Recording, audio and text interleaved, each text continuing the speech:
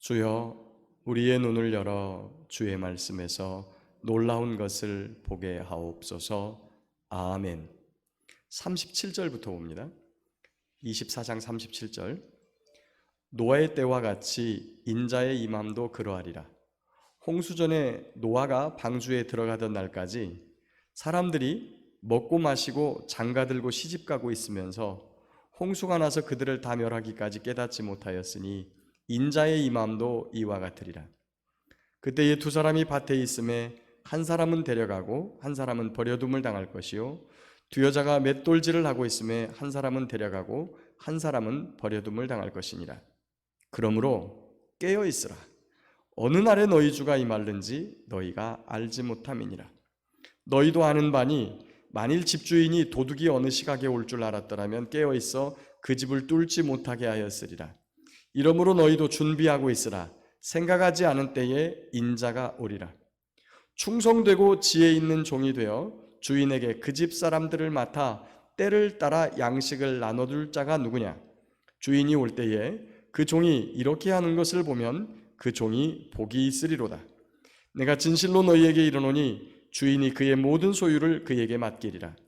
만일 그 악한 종이 마음에 생각하기를 주인이 더디 오리라 하며 동료들을 때리며 술 친구들과 더불어 먹고 마시게 되면 생각하지 않은 날 알지 못하는 시각에 그 종의 주인이 이르러 엄히 때리고 외식하는 자가 받는 벌에 처하리니 거기서 슬피 울며 이를 갈리라. 아멘. 잠깐 보겠습니다. 여러분에게 이런 질문을 한 가지 던지고 싶습니다. 만약에 내가 이번 주까지만 살고 토요일까지만 살고 주일날 죽는 걸 알면 여러분 지금 뭐 하실 겁니까? 굉장히 어려운 질문이에요. 어려운 질문이에요, 이게.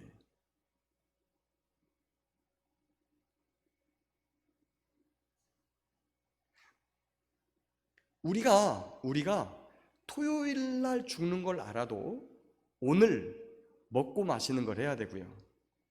그 다음에 설령 내가 나의 삶이 1년밖에 남지 않았다 할지라도 우리 아들, 딸들 시집 보내고 장가가는 일을 해야 되고, 그 다음에 내년에 봄이 되면 올 가을에 얼마 안 되는 거지만 그거 거두고 내년 봄 되면 또 때가 되면 씨 뿌리고, 제가 내년까지밖에 못 살지만 때가 되면 씨 뿌리고 살아야 돼요. 그죠? 해야 되는 거예요. 우리가 일반적으로 하는 먹고 마시고 시집가고 장가가고 씨 뿌리고 때로는 팔고 사고 하는 것들이 우리의 삶 속에서 우리가 목숨을 유지하는 수단으로, 또 하나님께서 생육하고 번성하여 땅에 충만하라고 하는 말씀을 이루는 그런 걸로 우리가 이 땅에서 하지 않을 수 없는 행동들이에요. 자, 그런데 그런 거 말고 지금 나의 삶 가운데 만약에 내일 아침에 주님께서 내게 오셔서 나를 데려가시면 내가 버려야 되는 게 무엇인지, 놓아야 되는 게 무엇인지 라고 하는 부분은 한 번쯤 심각하게 생각해 보아야 될 필요가 있는 거예요. 자, 아까도 말씀드렸습니다만 먹고 자고 그 다음에 씨 뿌리고 애들 시집 보내고 장가 보내고 하는 것들은 이거 해야 되는 일 맞아요. 자, 그런데 주님이 내일 아침에 오신다 그럴 때 내가 해서는 안 되는 것들이 있어요. 이건 주님이 오시면 이건 내가 혼날 것 같아 라고 하는 건 놔야 되는 거예요. 그게 아무리 소중하고 귀한 것이어도 그건 놔야 되는 거예요. 자, 오늘 여기 보니까 사람들이 주님 오실 때에도 노아 때와 같이 여전히 그냥 주님이 오신다 그래도 살아가는 건 살아갈 것이다. 근데 예수님이 그런 것을 뭐라고 하신 게 아니에요. 그걸 뭐라고 하냐, 오히려 그런 거를 놔두고 주님 오신다고 해가지고 뭐 학교 그만두고 직장 때려치우고 뭐 농사일 그만두고 막 전도지 들고 나가고, 여러분 이게 주님 오시면 그거 하고 안 오면 안 할 거예요? 아니에요. 주님 오신다 그래도 해야 될 건 해야 되고, 주님께서 기뻐하시지 않는 것들은 놔둬야 돼요. 자, 여기 보니까 다 똑같이 해요. 똑같이 일상생활을 그대로 다 할 거예요. 일상생활을 똑같이 하는 중에 누구는 데려감을 당하고 누구는 버려둠을 당할 것이다. 똑같이 밭을 갈고 있고 똑같이 맷돌질을 하고 있을 때 누구는 데려감을 당하고 누구는 버려둠을 당할 것이다. 그러면 누가 데려감을 당하고 누가 버려둠을 당할 것인가? 그 밑에 보니까 첫 번째로 준 종이 충성되고 지혜 있는 종이 되어서 그 집 사람들을 맡아 때를 따라 양식을 나눠줄 자가 누구냐? 주인이 올 때 그 종이 이렇게 하는 것을 보면 그 종이 복이 있으리라. 근데 그 반대의 종이 있어요. 그 반대의 종은 무엇라고 생각하냐면 48절에 만일 그 악한 종이 마음에 생각하기를 주인이 더디 오리라 하여, 주인이 더디 오리라. 자, 주님이 더디 오시면 뭘 하는 겁니까? 뭐 하는 거예요? 거기 보니까 동료들을 때리고 술 친구들과 더불어 먹고 마시게 되면, 이게 요 증상이 아니어도 더디 온다고 생각하면 나타나는 첫 번째 증상이, 저 좀 보세요. 따라서 하세요. 게으름. 주인이 늦게 온다고 생각하면 첫 번째 게을러져요. 게으르고 할 일을 안 하는 거예요. 두 번째, 방탕해져요. 그러니까 술 마시고 이렇게 하는 거예요. 그러다가 당신 왜 그러십니까? 그렇게 게으르고 술 먹고 그러면 주인님 오실 때 혼납니다. 그러면 어떻게 하죠? 네가 뭔데? 그래놓고 동료를 때린다는 거예요. 요게 악한 종이, 주인이 더디 올 거라고 생각하는 자에 나타나는 현상들이라는 거죠. 그러니까 우리가 우리의 삶 속에서 게을러진다, 그 다음에 또 내 생활이 방탕해진다, 아니면 사랑의 삶으로 살아라고 늘 말씀하심에도 불구하고 사람들을 자기에게 좋지 않은 이야기하는 사람들을 미워한다, 이러면 예수님 기다린다고 말은 하지만 실제적으로는 오시는 예수님을 기다리는 거예요? 천천히 왔으면 좋겠어요? 개똥에 굴러먹어도 어디가 낫다? 이승이 낫다고 생각하는 거지. 천국 사모한다고, 천국 좋아한다고 그러는데 천국에서 불러도 안 가. 불러도 개똥 속에 굴러먹어도 이승이 낫다는 거예요. 우리 어른들 아직도 그런 생각 가지고 계신 분 있죠. 말하고 보면 천국 가야죠, 빨리 가야죠, 빨리 가야 하는데 이야기해보면 빨리 갈 생각 전혀 없어요. 그러시는 분 계세요. 개똥에 굴러먹어도 이승이 낫대. 주님이 부르실 때 마음의 준비가 안 돼 있는 거예요. 그러면 그때는 뭐 해야 되느냐?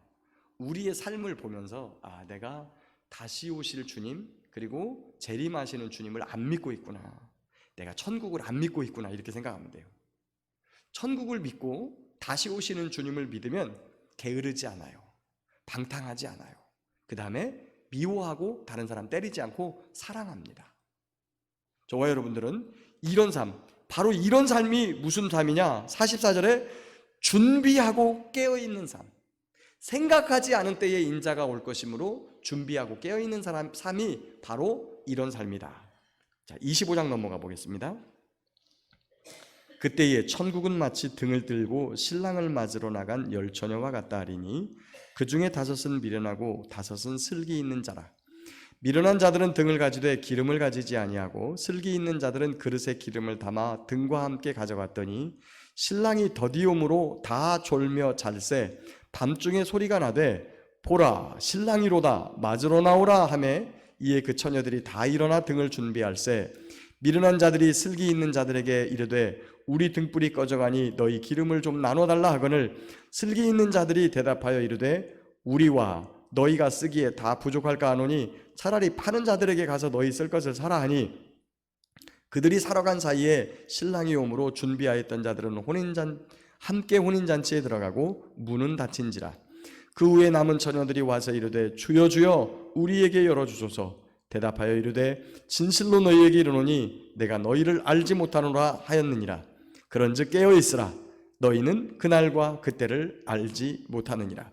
여기서 반복적인 말이 있어요. 13절 그런즉 깨어있으라. 너희는 그날과 그때를 알지 못함이니라. 거기 40 아까 24장 4절에도 42절에도 그러므로 깨어 있으라 어느 날에 너희 주가 임할는지 너희가 알지 못함이니라. 그러니까 주님이 임할 날을 알지 못하는 사람의 두 번째 삶의 태도는 뭐여야 되냐면 준비하는 삶이에요. 근데 무엇을 준비하느냐? 기름을 준비한다.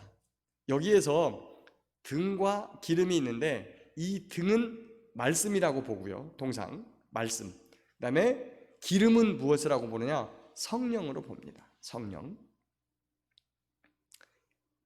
지난번에 한번 이 부분을 설명드린 적이 있었는데 우리가 생각하듯이 요거는 옛날 우리 초롱불 있죠? 초롱불 그런 게 아니에요. 이게 그런 것 같으면 밖에 나가면 밖에 못 들고 나가죠. 실내에서나 쓰는 거지 밖에 들고 나갈 수 있는 게 아니에요. 조그마한 등불이 아니라 요 등은 당시에 어떻게 되냐면 엠파스라고 횃불이나 횃불. 근데 이제 요게 등잔불에도 엠파스라는 단어를 쓰고 횃불에도 엠파스라는 단어를 쓰는데 문제는 그 다음에 기름을 담는 그릇이에요. 기름을 담는 그릇. 기름을 담는 그릇이 여러분 그릇이 우리 등잔불에 사용하는 뭐 기름 같으면 조만한 요런 그릇이어도 되는데 당시에 요 그릇으로 사용했던 요 단어를 살펴보면 그릇이 얼마나냐면 요만해요. 횃불에 기름을 푹 찍어가지고 다시 기름을 이렇게 할 수 있는 그런 그릇, 그런 것을 여기다 차고 다니는 거죠.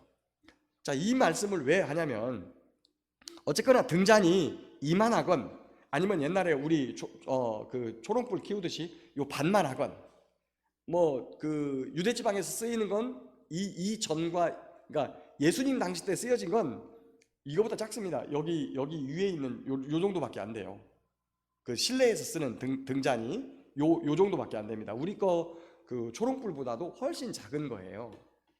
거기에다가 이제 기름을 부어가지고 이렇게 쓰도록 돼 있는데 어쨌거나 그 작은 것을 보면 이 안에 담을 수 있는 공간이 좀 있어요. 기름을 담을 수 있는 공간이. 근데 횃불이라고 보면 말이 전혀 다른 거예요. 횃불은 기름이 먹어 있질 않아요. 물론 좀 말라 있어가지고 처음에 불 붙이기 전에 기름을 적셨다가 이렇게 하고 그 다음에 그 기름이 딱 떨어지면 바로 기름 그릇이 없으면 요건 바로 꺼져요. 그래서 잠깐 앞에서 보는 걸 볼 때나 요렇게 그걸 들고 나가서 잠깐 보고 집 주변에서나 보지 멀리 갈 때는 반드시 기름 그릇을 차고 다녀야 됩니다. 다시 말하면 횃불을 들고 가는 사람이 기름 그릇이 없이 그냥 가는 건 바보천치라는 거죠. 바보천치. 왜 제가 이 말을 강조하냐면 그리스도인이 성령을 충만받지 않으면 그리스도인에게서 그리스도인이 되겠냐는 거죠. 내가 옛날에 받았던 은혜, 내가 옛날에 충만했던 은혜, 내가 옛날에 충성했던 것, 내가 옛날에 헌신했던 것, 내가 옛날에 했던 거 가지고 지금도 옛날 타령하면서 사는 것, 여러분 그거 별로 그렇게 탐탁치 않아요. 올바르지 않습니다. 놀랍게도 여기에 있는 5 처녀가 옛날 생각 가지고 옛날에 하던 것 가지고 그거 가지고 그냥 있다가 느닷없이 주님을 맞이하니까 주님을 만나러 갈 기름이 떨어져 버린 거예요. 좋아요, 여러분들. 그리스도인에게 있어서는요, 성령 충만이 필수예요. 선택이 아니라 필수예요. 기름 그릇을 차고 가지 않은, 횃불을 들고 가면서 멀리 가면서 기름 그릇을 차고 가지 않은 이 여자는 당시에 바보예요, 바보. 예수님이 언제 오실지 모르는데 그 예수님 맞이하기 위해서 우리가 살아가야 되는데 그 예수님 기다리면서 사는 사람이 성령 충만을 받지 않았다. 바보라는 거죠, 바보.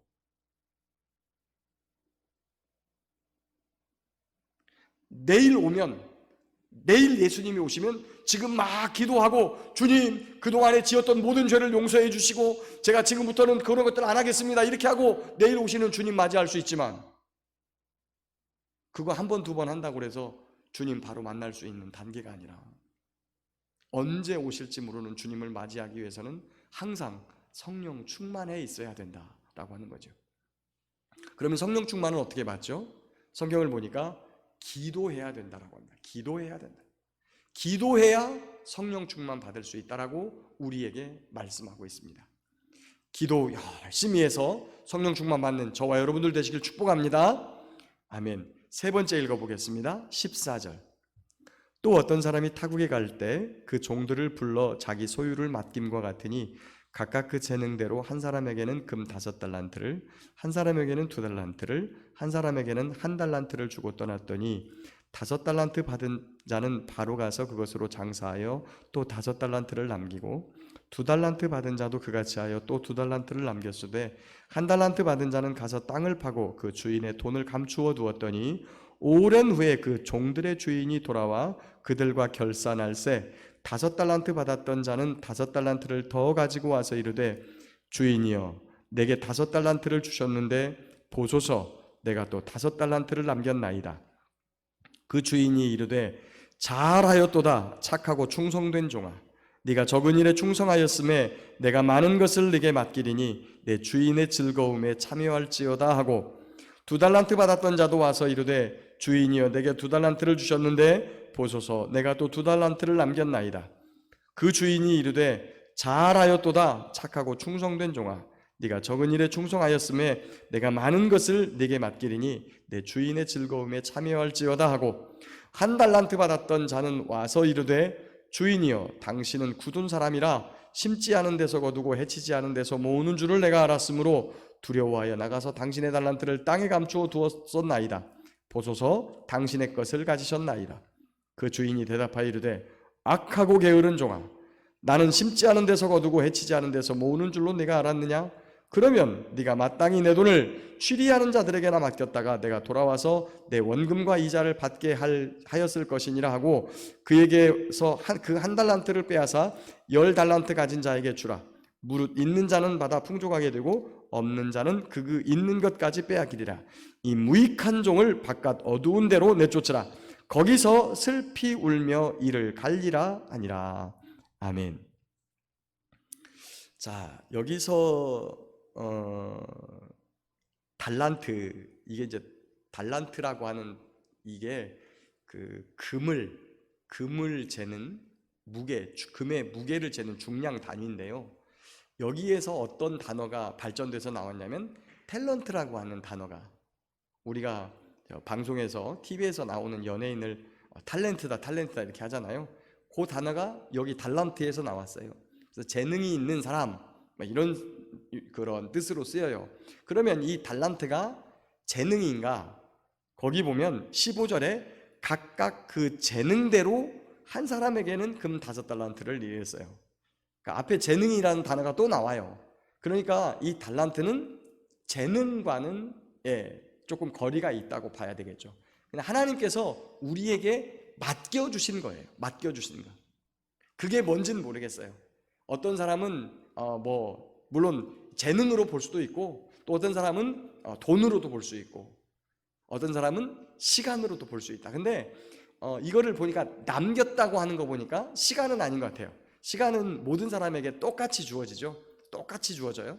그러니까 남겼다고 하는 거 보니까 무언가를 하나님께서 맡겨주신 것을 내가 열심히 일하고 노력해서 남겼다라고 하는 거예요.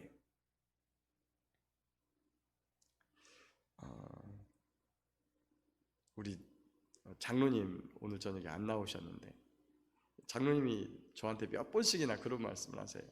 근데 이제 아무 쓸모 없대요. 저희 어머니도 그런 말씀을 하시는데 여러분도 여러분을 그렇게 생각하세요? 이제 아무 쓸모 없는 것 같아요? 여러분이 아무 쓸모 없으면 하나님께서 지금까지 남겨두셨겠어요? 아무 쓸모 없으면 하나님이 벌써 데려가셨겠죠. 뭔가 내가 이 땅에서 해야 될 일이 아직 남아있는 거예요. 그게 무엇일까? 그게 무엇일까? 우리 사랑하는 우리 권사님, 여기 집사님 앉아 계시는데 만약에 이렇게 한번 생각해 보세요.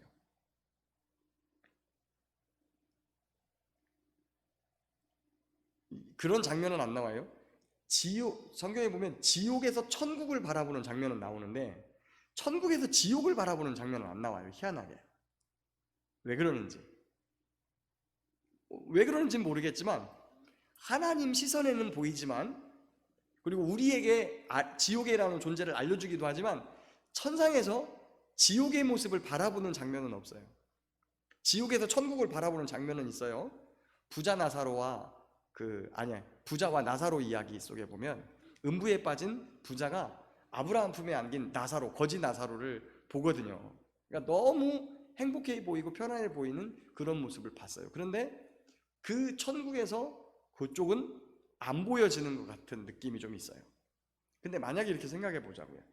우리는 천국을 가면 지금의 우리의 생각들을 그대로 가지고 있을 거라고 생각을 하거든요. 그리고 지금 우리가 살고 있는 이 생각과 그 다음에 행동들이 그대로 영향을 미친다고 봐요. 그러면 우리가 만약에 여기에서 이 생각을 그대로 가지고 가는데, 우리는 편안하게 주님 품에서 안식을 얻는데, 만약에 지옥 속에서 내 자식이 고통을 당하고 있다고 생각해 보세요.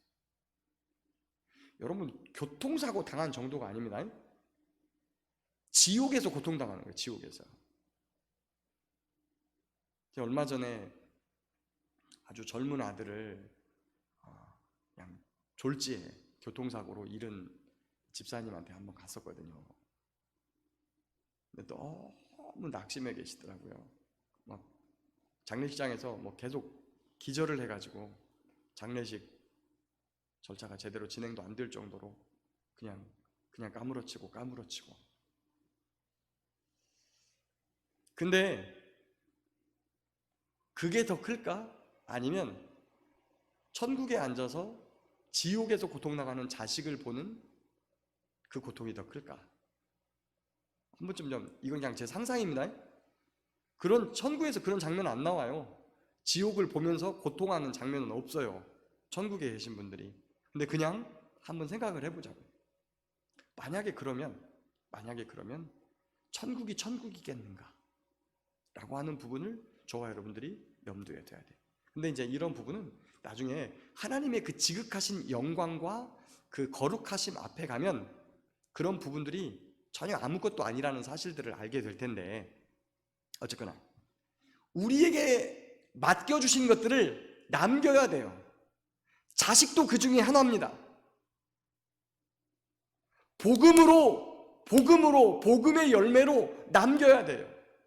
내 육신의 자녀가 아니라 그를 천국으로 인도하여 하나님의 백성 되게 하는 그 아름다운 열매도 내가 맺어야 되는 그러한 삶이에요. 우리 권사님, 집사님의 삶 얼마 남지 않으셨어요. 근데 이대로 자식들이 하나도 예수 믿는 거 보지 못하고 그냥 가게 될 것인가? 라고 하는 부분이에요. 오늘 이 본문에 보면 두 사람이 나옵니다. 첫 번째는, 세 사람이 나오는데, 5달란트 받았던 종과 2달란트 받았던 자는 주님께서 주시자마자 가서 열심히 일을 했어요. 우리가 압니다. 열심으로 삶을 살다 보면 때로는 아프기도 하고, 때로는 부딪히기도 하고, 주저앉고 싶기도 하고, 그렇지만 포기하지 않았어요.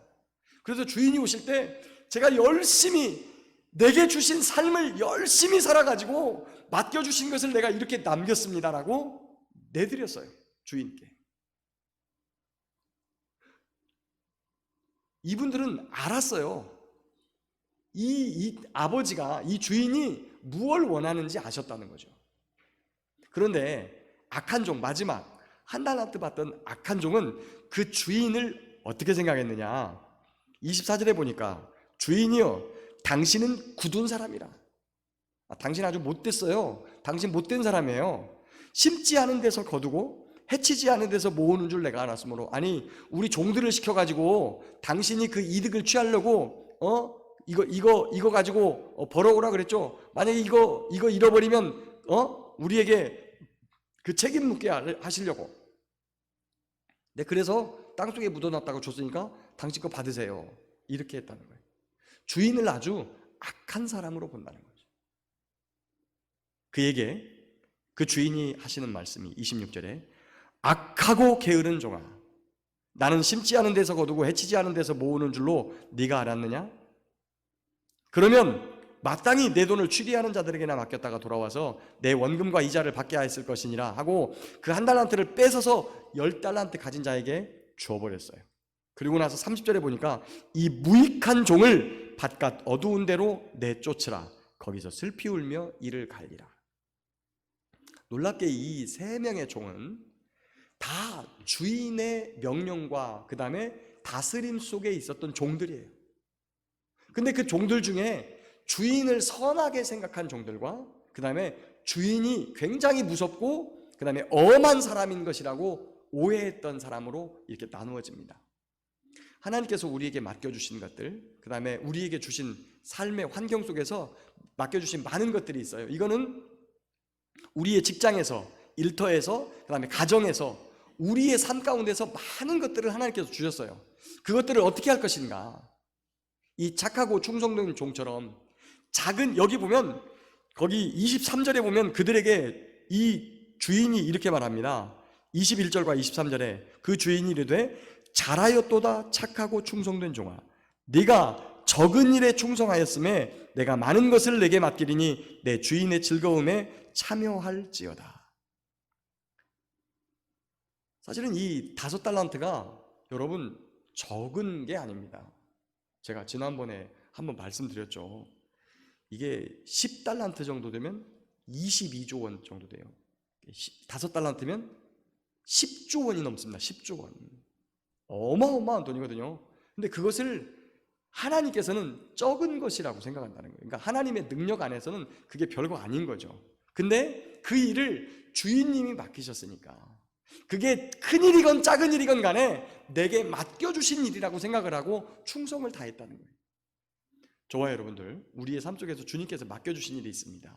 아까 우리 권사님께서 기도하실 때 임직 맡으신 분들이 그분들의 마음을 새롭게 해서 그분들이 하나님께로 받은, 하나님께 그런 받은 마음들을 간직하고 주 앞에서 충성하는 귀한 그런 분들이 되기를 위해서 기도해 주셨어요. 임직자들만 그런 마음을 가지고 있는 게 아니라 우리의 삶 속에서 우리에게 주시는, 하나님께서 우리에게 맡겨주시는 것들에 대해서 아주 작은 일이라도 충성하여 주님께 남기어드리는 저와 여러분들 모두가 될 수 있기를 예수님의 이름으로 축복합니다. 마지막 이야기를 한번 좀 살펴보겠습니다. 31절. 인자가 자기 영광으로 모든 천사와 함께 올 때에 자기 영광의 보좌에 앉으리니 모든 민족을 그 앞에 모으고 각각 구분하기를 목자가 양과 염소를 구분하는 것 같이 하여 양은 그 오른편에 염소는 왼편에 두리라. 그때의 임금이 그 오른편에 있는 자들에게 이르시되 내 아버지께 복받을 자들이여 나와 창세로부터 너희를 위하여 예비된 나라를 상속받으라. 내가 줄일 때에 너희가 먹을 것을 주었고 목마를 때에 마시게 하였고 나그네 되었을 때에 영접하였고 헐벗었을 때에 옷을 입혔고 병들었을 때에 돌보았고 옥에 갇혔을 때에 와서 보았느니라. 이에 의인들이 대답하여 이르되 주여 우리가 어느 때에 주께서 줄이신 것을 보고 음식을 대접하였으며 목마르신 것을 보고 마시게 하였나이까? 어느 때에 나그네 되신 것을 보고 영접하였으며 헐벗으신 것을 보고 옷 입혔나이까? 어느 때에 병드신 것이나 옥에 갇히신 것을 보고 가서 배웠나이까 하리니 임금이 대답하여 이르시되 내가 진실로 너희에게 이르노니 너희가 여기 내 형제 중에 지극히 작은 자 하나에게 한 것이 곧 내게 한 것이니라 하시고 또 왼편에 있는 자들에게 이르시되 저주를 받은 자들아 나를 떠나 마귀와 그 사자들을 위하여 예비된 영원한 불에 들어가라. 내가 줄일 때에 너희가 먹을 것을 주지 아니하였고 목마를 때에 마시게 하지 아니하였고 나그네 되었을 때에 영접하지 아니하였고 헐벗었을 때에 옷 입히지 아니하였고 병들었을 때와 옥에 갇혔을 때에 돌보지 아니하였느니라 하시니 그들도 대답하여 이르되 주여 우리가 어느 때에 주께서 줄이신 것이나 목마르신 것이나 나그네 되신 것이나 헐벗으신 것이나 병드신 것이나 옥에 갇히신 것을 보고 공양하지 아니하더이까? 이에 임금이 대답하여 이르시되 내가 진실로 너희에게 이르노니 이 지극히 작은 자 하나에게 하지 아니한 것이 곧 내게 하지 아니한 것이니라 하시니라. 그들은 영벌에 의인들은 영생에 들어가리라 하시니라. 아멘. 이 이야기는 제가 참 많이 설교 때 여러분들에게 설명하고 언급했던 내용입니다. 특별히 우리가 24장 보면서 종말이 되면, 말세가 되면 불법이 성하기 때문에 사랑이 식어져 간다. 그러나 끝까지 견디는 자는 구원을 얻으리라 라는 말씀이 있었어요. 24장 12절 13절에. 근데 그때 제가 주일날 이 부분을 설명할 때 이게 끝까지 견딘다는 것이 그냥 버티는 것이 아니라 바로 하나님께서 우리에게 부탁하신 사랑의 삶을 살아내는 것이다 라고 말씀을 드렸는데, 그 방법이 어떤 거냐면 바로 25장 방금 읽은 거예요. 우리는 누구에게 잘합니까? 나에게 잘하는 사람에게 잘합니다. 힘 있는 사람에게 잘합니다.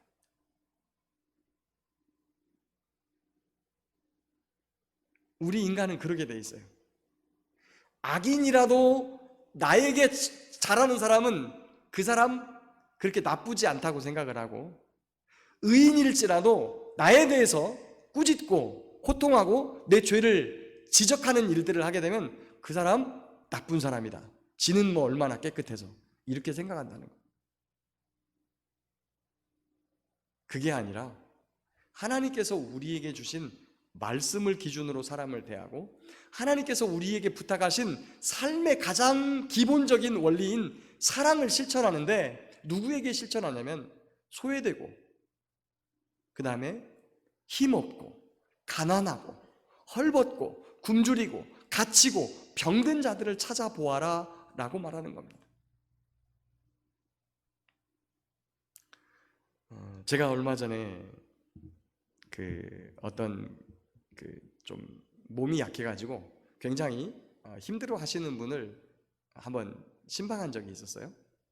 그리고 나서 이제 그분을 굉장히 사랑하는 사람이 있어서 제가 이제 그분께 그래서 어떡하냐 이제 이렇게 했더니, 제가 의외의 대답을 들었어요. 의외의 대답. 아니, 건강하려면 운동도 하고, 그 다음에 먹을 것도 가려 먹고 좀 그래야지. 운동도 안 하지, 먹을 것도 가려서 안 먹지, 그러니까 그렇게 아프지. 주여. 여러분, 갇혀있는 사람이요, 다 뜯어보면 이유가 있어요. 이유가 있어요. 병든 사람도 뜯어보면 이유가 있어요. 교통사고 난 사람도 뜯어보면 이유가 있어요. 근데 그런 걸 보면서 야, 너 그러니까 그러지, 이렇게 가르쳐 주는 게 아니라 가서 주님의 마음을 가지고 찾아보라는 거예요.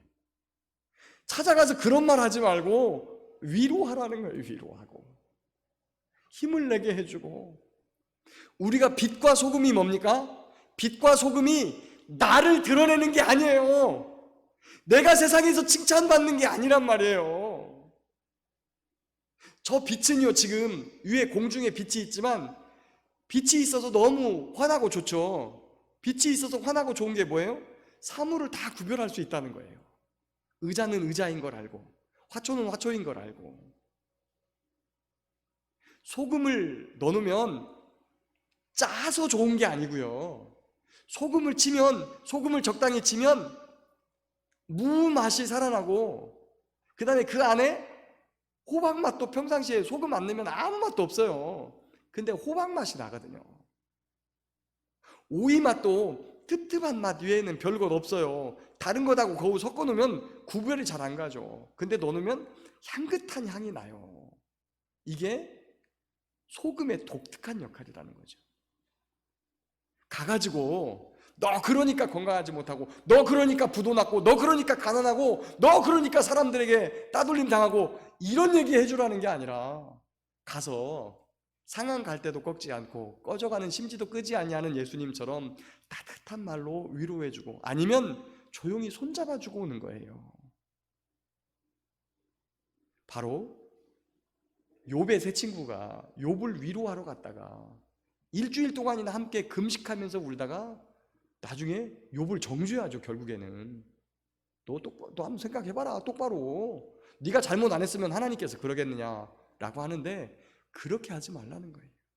차라리 그렇게 말할 것 같으면 조용히 손잡아주고 그러고 기도해주고 그냥 오면 돼요. 저와 여러분들 우리 주님을 닮아 작은 자들에게, 소외된 자들에게, 병든 자들에게, 힘없는 자들에게, 가난한 자들에게 찾아가 때로는 내 것을 내어주기도 하고 그들을 따뜻한 말로 위로하여 그들의 삶의 힘을 다시 돋워주는 귀하고 복된 은혜가 있기를 예수님의 이름으로 축복합니다. 그렇게 되면 더 귀한 것이 천국에 갔을 때 주님께서 네가 그때 나에게 그렇게 해줬지 라고 상 주신다는 거예요. 말씀을 맺겠습니다. 주님께서 분명히 오시고 다시 오시고 속히 오시고 반드시 오실 텐데 그날과 그때는 아무도 몰라요. 하늘의 천사들도 모르고 그날과 그때에 대해서 들으신 분 보신 분이 한 성경에 2번 정도 나오시는 것 같은데 다 적지 마라 그래가지고 성경에 안 적혀 있어요. 언제 오실지 아무도 몰라요. 언제 오실지 아무도 모르니까 준비하고 살아야 되는데 어떻게 준비하고 살아야 되느냐. 첫 번째는 안 온다고, 더디 온다고 생각하지 말고 곧 온다고 생각하고 부지런하게, 그리고 방탕하지 않게, 사람을 미워하지 않으면서 충성스럽게 해야 된다. 두 번째, 지혜 있는 5 처녀처럼 기름을 준비하고 성령 충만하여서 다시 오실 주님을 기다립니다. 세 번째, 맡겨주신 일이 아무리 작아도 그 작은 일에 충성할 때 우리 주님께 칭찬 듣는다. 네 번째, 가장 작은 자에게 한 것이 바로 예수님께 한 것이다 라고 우리 주님께서 우리에게 인정해 주신다는 것입니다. 이런 복된 삶을 통해서 다시 오실 주님을 기쁨으로 맞이하는 저와 여러분 모두가 될 수 있기를 예수님의 이름으로 축복합니다.